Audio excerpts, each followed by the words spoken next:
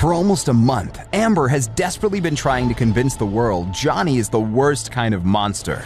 But in her testimony, she often looks confused and incoherent, and some of her stories sound too illogical to be true. People are starting to think that the real monster is Amber, and her biggest mistake was to try and sue Johnny. I don't see him anymore. It wasn't him. It was black. I've never been so scared in my life. It was black. I couldn't see him. Amber considered herself a champion for voiceless women, and in 2018 wrote an article about women suffering under men. Johnny believes that article ruined his life and his career. What have you lost as a result of Miss Heard making these allegations against you? Nothing less than everything. Nothing less than everything. But now, Johnny is fighting back. Amber thought she can use Johnny's own lawsuit against him to ruin him even more while making herself look good. He was also this other thing. And that other thing was awful thing that would come out. Amber tries her best to show evidence in court to help with her portrayal of Johnny as the monster. But even that looks like it might backfire on her. One of the most shocking videos is one she recorded herself, showing Johnny angry and upset and lashing out at cupboards. This was to show how bad his temper can get, and why, according to her, she was often scared of him. But here's the really strange thing. Listen to Amber's voice while she is secretly recording. What happened? Yeah, you're right. I just woke up and you were so sweet and nice. We were not even fighting this morning. Does Amber's body language and her calm voice sound like someone who is scared for her life? Yet that is what she was trying to portray to everyone. But Johnny had a really good response. Just listen. I did not try to intimidate Miss Heard. If she was intimidated, why was she filming? If she was scared to death, why didn't she leave? Another important thing in Johnny's body language is that he is carrying a glass in his right hand. It's important to remember that Johnny is right-handed, so by doing that, he was effectively neutralizing the hand he was using to break stuff. That's why the kicks to the kitchen were with his right foot. After analyzing both Johnny and Amber's behaviors, some behavioral experts are also convinced that Johnny had no intention at all to intimidate Amber, let alone to do anything worse to her. Both the direction of Johnny's anger and the fact that he was disabling his dominant hand were signals that he was not that much of a threat to Amber at that moment. And that must be the reason she was calm and even provoking him. But watch how Amber tries really hard in court to make it seem as if she had such a hard time rewatching the video that she set up.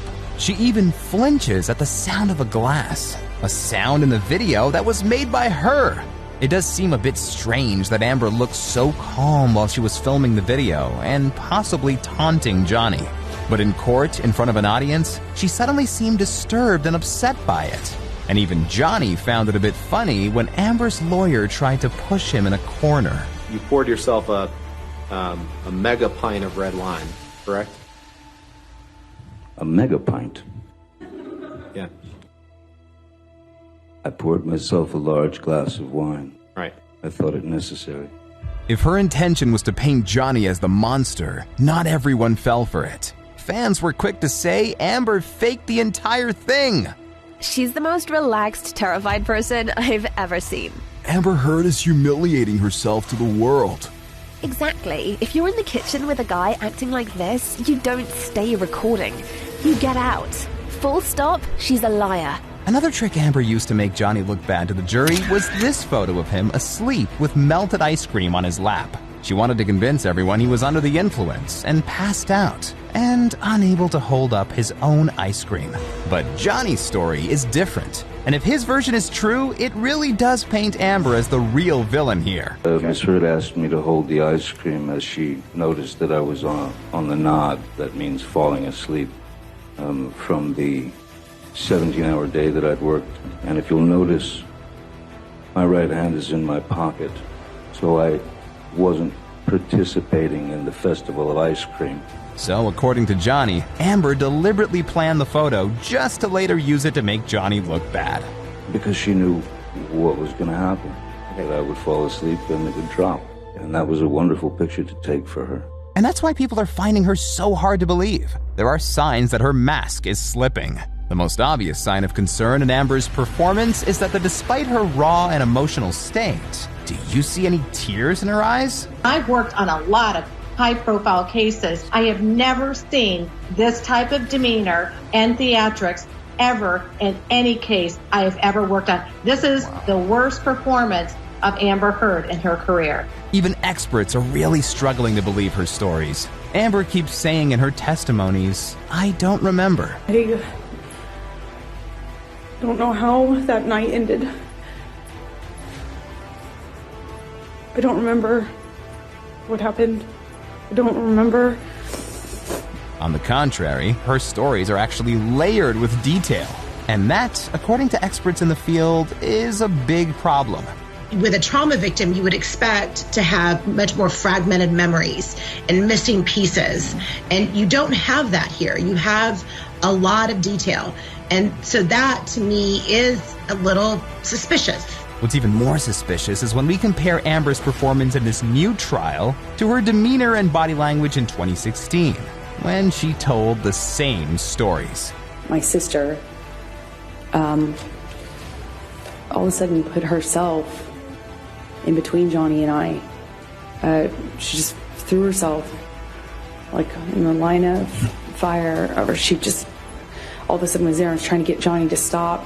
In this new testimony, Amber seems fragile and emotional. But watch her anger and aggression towards the lawyers when she told them the same story in 2016.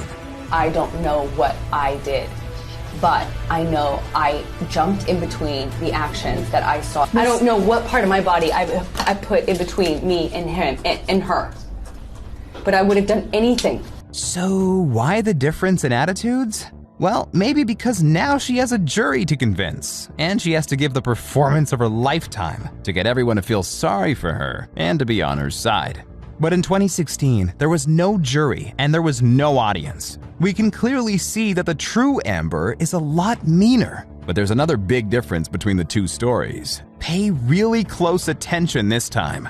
My sister, all of a sudden put herself in between Johnny and I. She just threw herself like in the line of fire. I jumped in between the actions that I saw. I don't know what part of my body I put in between me and him and her. So who did actually jump in? Was it Amber or Amber's sister? Amber has tried her best to destroy Johnny and to ruin his name and his reputation in her quest to make him look like the monster. But just her fashion choice alone in the first days of court when she copied Johnny's outfits really does make you wonder who is the real villain here. I don't know what kind of strategy was that, or who was giving her advice, but what I can tell you is that if she wanted to look like the victim, she was getting the opposite effect. Throughout the trial, Johnny has remained calm and consistent. Yes, he is also an actor, but experts agree that Johnny's versions of events are more believable. Consistency builds credibility. It's one of the keys to trust. That consistency says to you, it has unconscious messages to the listener, which says this man is consistent. No one is saying that Johnny is an angel, but Amber's mask is starting to slip, and more people are taking Johnny's side. So who do you trust more, Johnny or Amber? Let us know what you think, and stay tuned for more celebrity bombshells.